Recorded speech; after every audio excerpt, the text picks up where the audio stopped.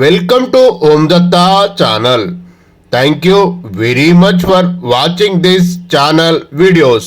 जय गुरुदेव दत्ता అవధూత చింతన శ్రీ గురుదేవ దత్త స్వామి మహారాజ్ కి జై. దత్త బంధువులందరికీ ఆత్మ బంధువులందరికీ నమస్కారం అండి. మనము శ్రీ పూర్ణ పరబ్రహ్మ పరమాత్మ అయిన శ్రీ గురు దత్త ప్రభుల గురించి తెలుసుకొని, అదే జ్ఞాన సముపార్జన అంటారు, అది తెలుసుకొని మనము 26 దైవిక లక్షణాలు అలవర్చుకొని శ్రీ గురు దత్త ప్రభుల ఆశీర్వాదం పొంది, ఈరోజు టాపిక్ అండి, దైవము మన యొక్క తాపత్రయాన్ని పరీక్షిస్తుంది కానీ నిరాకరించదు. ఇది టాపిక్ అండి. మన వీడియోకి వెళ్దామండి. ఎన్ని పూజలు చేసినా మనకు ఫలితాలు రావడం లేదని కొందరు ఎంతో నిరాశ నిస్పృహలకు లోనవుతూ ఉంటారు. మనము జీవితంలో కష్టపడి పూజలు, వ్రతాలు, నోములు, దైవక్షేత్రాలు దర్శనం చేసుకొని ప్రదక్షిణలు చేస్తూ ఉంటాము. కొన్నిసార్లు ఆశించిన ఫలితాలు రావడం లేదని అనిపించవచ్చు. దీనికి అనేక రకములైన కారణాలు ఉండవచ్చు. శ్రద్ధతో చేసిన పూజే కాదు, ఆ చేసే పనులు, కర్మ కూడా అవసరమే. పూజలు మనసును శాంతంగా ఉంచడానికి, శక్తిని పొందడానికి సహాయపడతాయి. ఇది నిస్సందేహంగా నిజమైన విషయము. పూజలు మనకు మానసిక ప్రశాంతతను, ఆత్మస్థైర్యాన్ని, ఆత్మవిశ్వాసాన్ని, సానుకూల శక్తిని ఇస్తాయి. అవి ఒక రకమైన ఆధ్యాత్మిక జ్ఞాన సముపార్జన కిందికే వస్తుంది. అయితే కేవలం జ్ఞానం ఉన్నంత మాత్రాన బండి నడవదు, దాన్ని నడపాలి కదా. అలాగే జీవితంలో ఏదైనా సాధించాలంటే కేవలం పూజలు సరిపోవు, మన ప్రయత్నం కూడా ఉండాలి. అదే కూడా ముఖ్యమే. ఉదాహరణకు, దేవుడి మీద నమ్మకంతో పరీక్షలకి చదవకపోతే ఉత్తీర్ణం అవడం కష్టం కదా. ఇది చాలా మొత్తంలో జ్ఞాన సముపార్జన చేసుకునే వారికి జరుగుతుంది అన్న విషయం కూడా తెలుసు.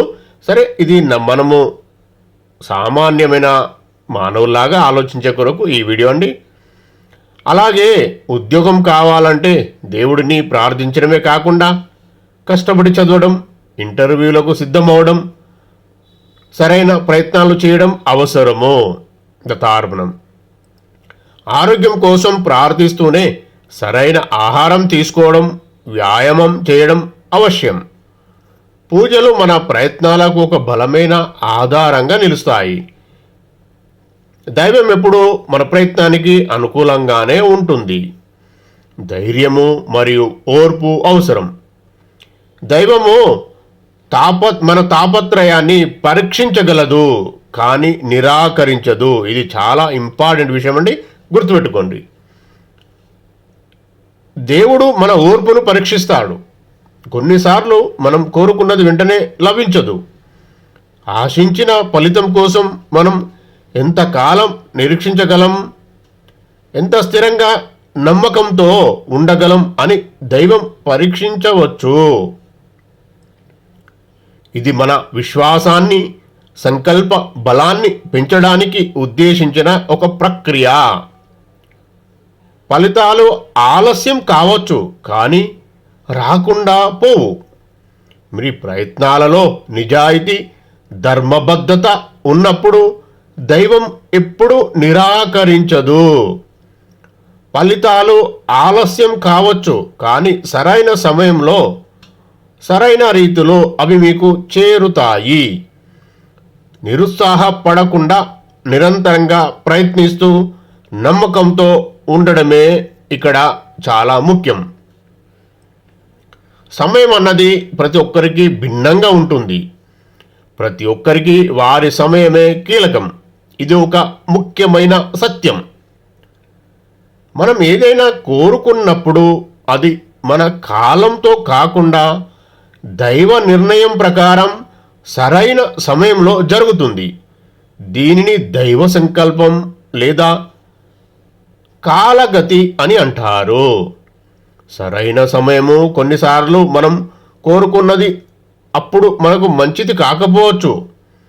ఒకవేళ అది అప్పుడు లభిస్తే దానివల్ల భవిష్యత్తులో కష్టం కలగవచ్చు. దైవానికి మనకు ఏది అవసరమో, మనకు ఏది మంచి చేస్తుందో అది పూర్తి అవగాహన ఆ తండ్రికి ఉంటుంది. మన పూర్వ జన్మ కర్మలు కూడా ఫలితాలు రావడానికి పట్టే సమయాన్ని ప్రభావితం చేస్తాయి. చెడు కర్మల ప్రభావం తగ్గడానికి, మంచి కర్మల పుణ్యం పెరగడానికి కొంత సమయం పట్టవచ్చు. ఆ సమయంలో ఓర్పుతో ఉండడం ముఖ్యం. పూజలతో పాటు మన జీవన విధానం కూడా ఫలితాలపై ప్రభావం చూపుతుంది. ఇతరులకు సహాయం చేయడం, దైవ కార్యాలు చేయడం, సత్ప్రవర్తన ఉండడం, మంచి ఆలోచనలు కలిగి ఉండటం, నీతి మార్గంలో ఉండటం కూడా చాలా అవసరం. ఇవన్నీ కలిపే పుణ్యకార్యాలు మన పుణ్యాలు పెంచుతాయి.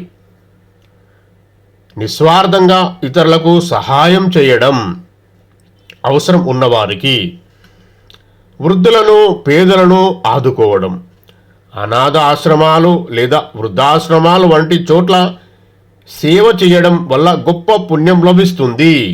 సేవ అంటే ధనమే ఖర్చు పెట్టి డబ్బులు ఇచ్చేసి రావడం కాదండి. వారిని పలకరిస్తూ డబ్బులు లేని వారు కూడా సేవ చేయవచ్చు అనే విషయం తెలుసుకొని ఆ సేవ కూడా చేయవచ్చు. మనసులో మంచి ఆలోచనలు కలిగి ఉండటం, ఇతరుల పట్ల దయగా ఉండటం, దీనినే సమత్వ బుద్ధి అంటారు. కోపము, అసూయ, ద్వేషము వంటి వాటికి దూరంగా ఉండటం ఆధ్యాత్మికంగా, వ్యక్తిగతంగా మనకు చాలా మంచి చేస్తుంది. నిజాయితీగా, నీతిగా జీవించడం, అన్యాయానికి పాల్పడకపోవడం. అయితే ఇతరులు ఇక సమాజంలో ఉన్నవారు చేస్తున్నారు కదా అని అంటే వారికి ఏమి జరుగుతుందో, ఇక ముందు ఏం జరగబోతుందో అది మీకు ఎలా తెలుస్తుందండి?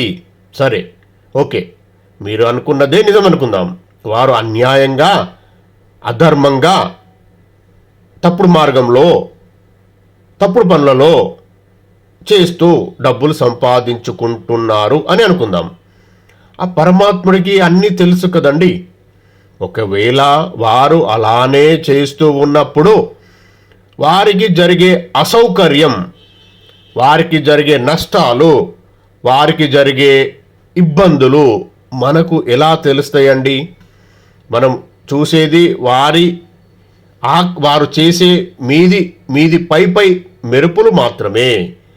వారి లోపల ఎంత అశాంతి ఉన్నదో, వారు చేసిన పనులకు ఎంతగా కుమిలిపోతున్నారో, వాటికి ఎలాంటి పనిష్మెంట్ వస్తుందని భయపడుతూ ఉండి వేరే అలవాటు పడి మాదక ద్రవ్యాలకు ఇట్లాంటి వాటికి అలవాటు పడి అశాంతిని తట్టుకోలేక వారు దీర్ఘకాలిక వ్యాధులకు, దీర్ఘకాలిక వ్యసనాలకు బలవుతున్నారు. ఇది మీరు సమాజంలో మీరు కూడా కొంతలో కొంత అబ్జర్వ్ చెయ్యండి. వారికి జరిగే నష్టాలు జరుగుతూ ఉన్నవండి. ధనం ఉన్నంత మాత్రాన, సౌకర్యాలు ఉన్నంత మాత్రాన, అధికారం ఉన్నంత మాత్రాన వారి పిల్లలు, వారి వంశము వృద్ధి అవుతుందా అన్న విషయం మీరు తెలుసుకోగలరు. చుట్టుపక్కల మీరు వెతుకుతే మీకు అర్థమవుతుందండి. ఇది ఇక్కడ ఉన్న విషయాలు, ఈ ప్రపంచమే అనుకుందాము, ఏది డీవియేషన్ కాకుండా జరుగుతుందండి. ఆ పూర్ణ పరబ్రహ్మ సాఫ్ట్వేర్లో ఎలాంటి డీవియేషన్ లేకుండా ప్రతి ఒక్కరికి సరైన పద్ధతిలో సరైన నిర్ణయం ఆ తండ్రి తీసుకోవడం జరుగుతుంది. అది గుర్తుంచుకోండి. వాటికి ఆకర్షితులు కాకండి. ఈ మంచి కర్మలు మనకు తెలియకుండానే మన కర్మ ఫలాలను మెరుగుపరుస్తాయి. ఫలితంగా మనం కోరుకున్నవి లేదా అంతకంటే మెరుగైనవి లభించే అవకాశం పెరుగుతుంది. ఇప్పుడు మీరు కోరుకునే ఫలితం సాధ్యమా కాదా అనే దానిని కూడా ఒకసారి ఆత్మ పరిశీలన చేసుకోండి. ఇది చాలా కీలకమైన అంశం. కొన్నిసార్లు మనం కోరుకునేది వాస్తవానికి దూరంగా ఉండవచ్చు, లేదా అది మనకు నిజంగా అవసరం లేకపోవచ్చు. ఆ దేవుడు మనకు అవసరమైన దాన్ని అవసరం ఉన్న సమయంలో ఇస్తాడు. మనం కోరినదే మనకు అవసరమా కాదా అనే దానిపై ఆ పరమాత్ముడికి ఎక్కువ అవగాహన ఉంటుంది. మన పరిమిత జ్ఞానంతో మనం కోరినది ఉన్నతమైన దైవ ప్రణాళికలో మనకు మంచిది కాకపోవచ్చు. దాని ద్వారా ఇప్పుడు మనం ఇంతకుముందు మాట్లాడుకునే పద్ధతిలో మనం కూడా బలి కావచ్చు. అది అపూర్ణ పరబ్రహ్మ పరమాత్మ అయిన శ్రీ గురుదత్త ప్రభులకు ఇష్టం లేకపోవచ్చు.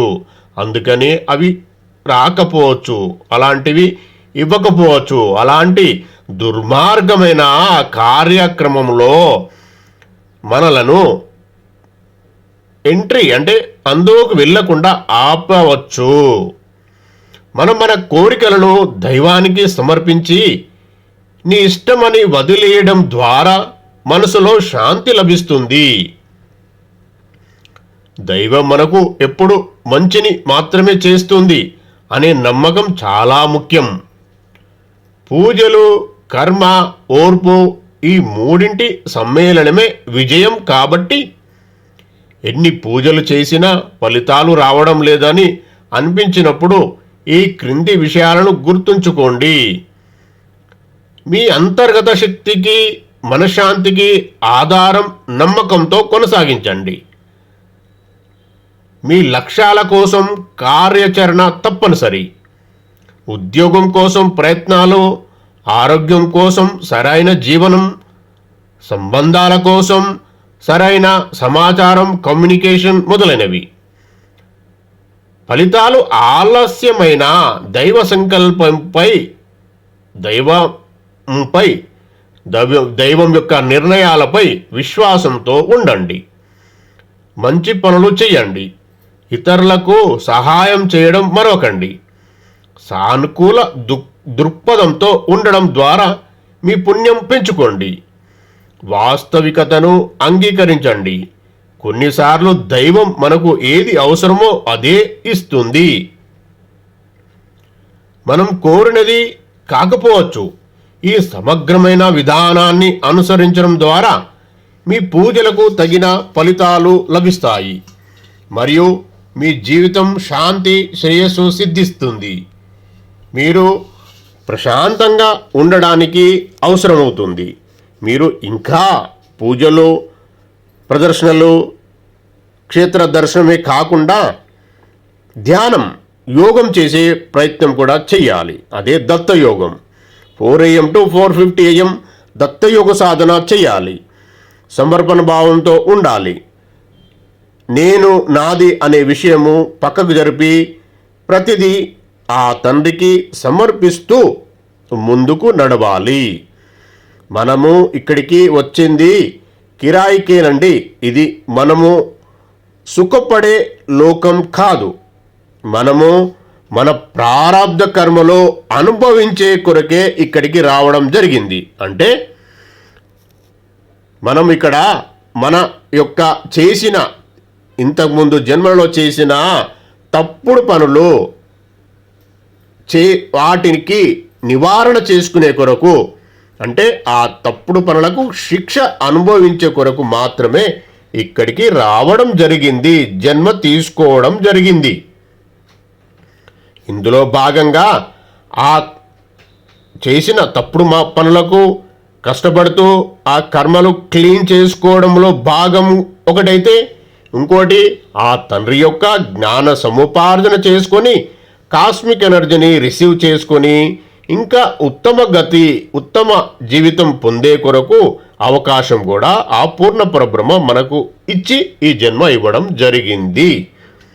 ఉత్తమ గతి అంటే మళ్ళీ వచ్చే జన్మలో మంచి యోగుల కుటుంబంలో వారు జన్మ మనకు ఇచ్చే కొరకు అవకాశం మనం ఇవ్వాలి. దాని కొరకు సమయం చాలా చాలా కేటాయించాలి. అంటే ధ్యానంలో ఎక్కువ నిమగ్నం కావాలి. ధ్యానం, దైవనామస్మరణ, మంచి కార్యాలలో. ఇది ఈరోజు ఆ తండ్రి ఆశీర్వాదంతో చాలా మంచి విషయాలు మనం మాట్లాడుకోవడం జరిగింది. ఇది ఆ పూర్ణ పరబ్రహ్మ పరమాత్మ అయిన శ్రీ గురు దత్త ప్రభులకు కోటి కోటి సాష్టాంగ దండ ప్రమాణాలు. సర్వం శ్రీ పూర్ణ పరబ్రహ్మ పరమాత్మ అయిన దత్త ప్రభుల చరణారవిందార్పణమస్తు. మీరు కూడా ప్రశాంతంగా వీక్షించినందుకు మీకు కూడా కృతజ్ఞతలు. దత్తార్పణం.